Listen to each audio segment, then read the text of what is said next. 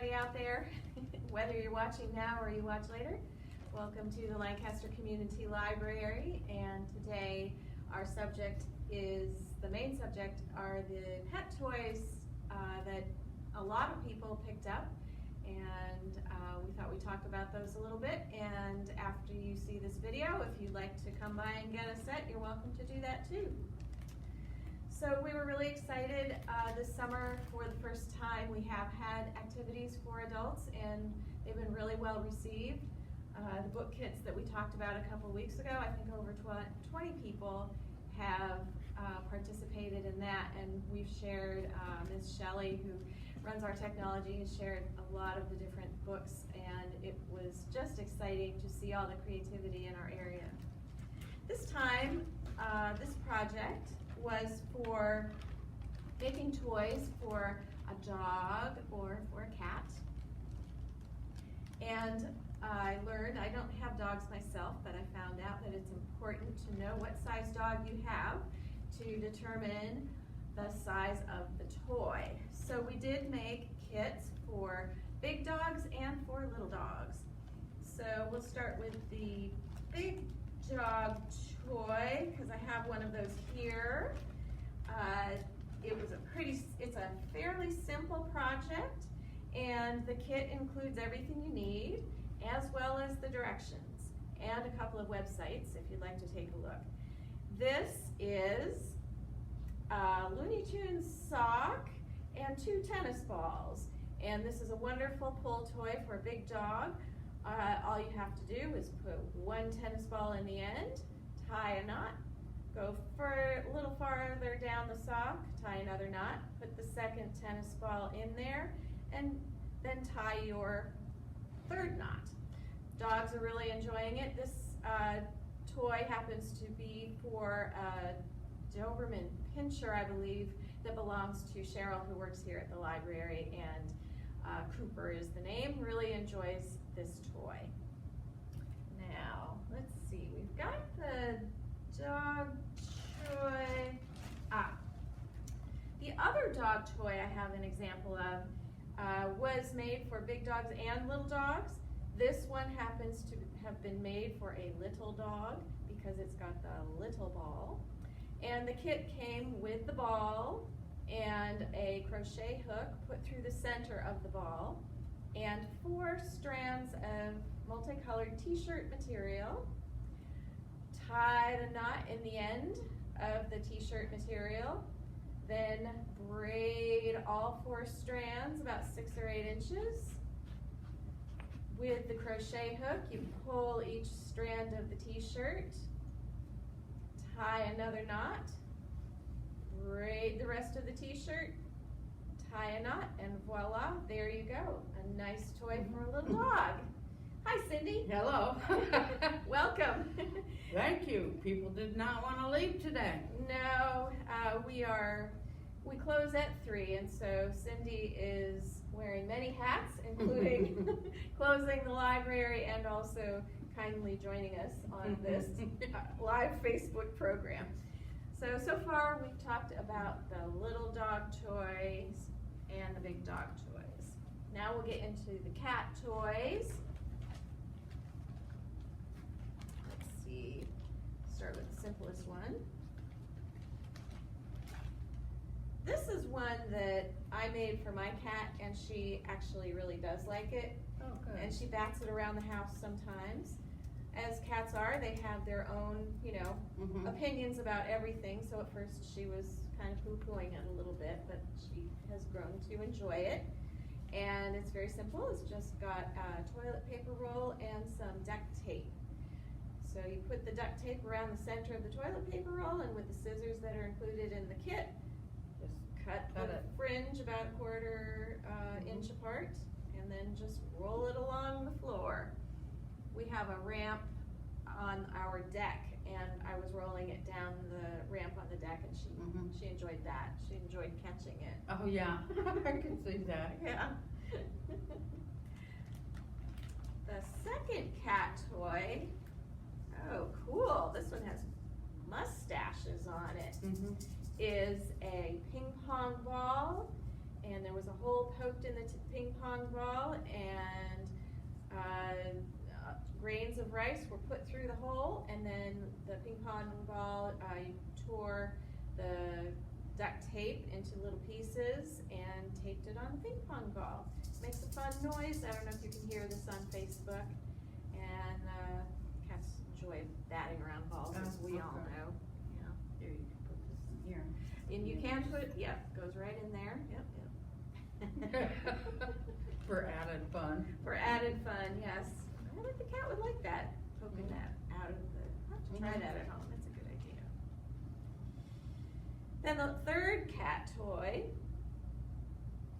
is a dangling toy, and it was made with a chopstick that was painted, and there's paint included in the kit. You can paint it however you like, and a shoelace and felt. So the nice bit about the chopstick versus other sticks is that it does have a thicker end, so if you tie the shoelace against that thicker end, it won't slide off. Oh, yeah. Yeah. That's a good idea. Yeah. And then at the other end, you tie one knot, or a double knot, like here. Cut the pieces of felt in the kit into pieces, a couple inches, various shapes, and there are other various colors. Then with the hole punch, you punch a hole through the felt and string the shoelace through the pieces of felt, tie a good knot on the other side, and you have a nice toy for a lot, especially cats who like to jump or to chase things along the floor. It's just great. Pretend to be a bird. And that's the advantage of a shoelace too, is it's really easy to poke through the holes of the felt. Yeah, it is. You can also wrap this around a little bit if you want it shorter every once in a while. Oh my goodness, yes. Yes. You If can you make it wanna- as short or as long as you like. Yeah. Mm-hmm. And people who are different. Yeah, like, certain cats like to jump. You can trick them and put it higher and higher. Yeah, you so can then hold have it, to jump let higher. it go somehow. Yeah. Mm-hmm. We look forward to seeing Shelly's cat Booze on Facebook playing with this toy. Oh my goodness. We hope she does. We hope she does. So again, it's not too late to pick up these toys at the library. Just come to the main desk and say you're interested in picking up a kit. We still have a lot of kits. This is the dog toy kit, and then this is the cat toy kit. It has everything you need. When you do sign them out, you also sign out in this folder your name, email, and phone number, so we can get in touch with you about programming. Once you finish your projects, come on back in, and we have an added gift for you. There are scratchers in this jar, and you pull one scratcher out, and you have a chance at something in the blue bin, something in the green bin, or something in the red bin. And we also have some really nice gift certificates from local businesses, River Market, Farm and Home Southern States, Ace Hardware, and TriStar. So once you're done with those pet kits, or if you completed the book kit, bring it on in and get a scratcher. So, what's next, Cindy? Next is the book club. No, Dream Journal. Yeah. What the Dream Journal is it's what this class is it's an introduction to learning how to remember your dreams and seeing if there is a pattern in your dreams, of how you how it affects your life, and how it if you can see if you're having troubles or if you're happy, or you can find patterns in dreams if you keep track of them. In this dream journal, in this kit, you will get you'll get what you need to do. You go for one of the major activities is go to our website, to our universal classes, and then you go to Dream Interpretation 101. And that will give you just an overview of dreams, the history of dreams, the different types of dreams, the different types of sleep. And so if you watch that, and then the next thing that is in here is a in traditional dream worksheet. And this will get you started in telling you how you can remember dreams. There's also websites and links. And in this kit, you will get a little journal to get you started and a pen. So, dreams are pretty fascinating, and it's fun to try to remember them and see if you do have patterns in them. And each dream means something different to that. So the best thing to do is come in and get the kit and go to the universal class to get yourself started. That's our next thing. Yep. And we look forward to this. Next Friday will be Facebook Live with Dream Journaling. And it won't matter if you have, as long as you're interested in doing the project, come on. We don't expect people necessarily have completed the class on Universal Class. And But that can be, the universal class is pretty easy, but don't be discouraged. It takes time. That's why the class will be ongoing, or if you need advice later, we can help you with it. But learning how to remember your dreams takes some time. And there's different kinds of dreams. And we have a couple of books on lucid dreaming and suggestions in those books to help you remember your dreams. And it will take a while before you remember them, because it's pretty much like you're training yourself how to remember something. And everybody is kind of in a different place in that. And so it would be fun for everyone to come together next Friday and find out where you are and if you need any help, like any advice in what's the best way to really help remember your dreams. The best thing is to write it down right away. When you wake up, just immediately write it down before you even move. And some people suggest waking up in the middle of the night, but Have you done that? Well, I remember too many dreams already. Oh. She's highly skilled, obviously. Yes, I do remember my dreams, and I remember a lot of them, and sometimes I share them with people around here. Yes, you do. Yes. So Cindy is a great resource in and of herself here at the library for learning how to remember your dreams. You do kind of have to make and you can tell yourself before you go to sleep, I try to remember your dream, and eventually you will start dreaming. You will start remembering at least, well, you can learn to remember them all, and pretty detailed also, but because everybody dreams. Everybody dreams. Yeah, because you all go into that sleep that you dream. So most people, a lot of people don't remember them. Why not? But it's pretty fascinating trying to remember your dreams. Yeah. And then there's the lucid dreaming. Yeah. That's where you know that you are dreaming. And you can get to some point where you actually can change the dream or stop it. Or Neat. Yeah, you can change where you're going in the dream direction, and I think it's because you figure out you're going the wrong direction. And dreams can tell you, and they can help you solve problems. Like if you're lucid dreaming, you could be going on a bad route or doing something wrong, and if you can stop it and restart it, it might help you in your life. Yeah. Or sometimes I've found that I'm worrying about something, and in a dream, it might be a really strange dream, but afterwards thinking about it, the solution to this problem came through this dream. Right. Yeah, it really can. And for centuries, people have been figuring out their own dreams. And and the other thing that you have to remember, they do have a lot of books on dream interpretation. It has to be something that relates to your life.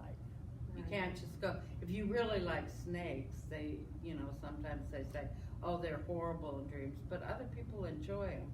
And our tech person is over there shaking her head. So for That's her, right, that would not be yeah. a good dream. a Right, snake. yeah, or it means something, it might mean something different than it meant for me.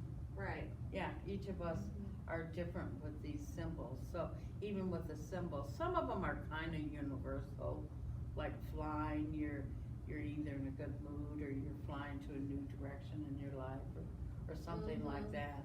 But that's the one thing you have to remember, you have to kind of relate it to how you feel about that object, Yeah. or how you feel about the dream, Yeah. so. Cool. So, moving right along to the book group, Okay? I did bring, oh, there it is. Yeah. The next book that we are going to read is Where the Crawdancing. It's extremely popular, and it should be a lively discussion because, just because of the subject matter. That is Monday, the 24th, the 20th, July 20th.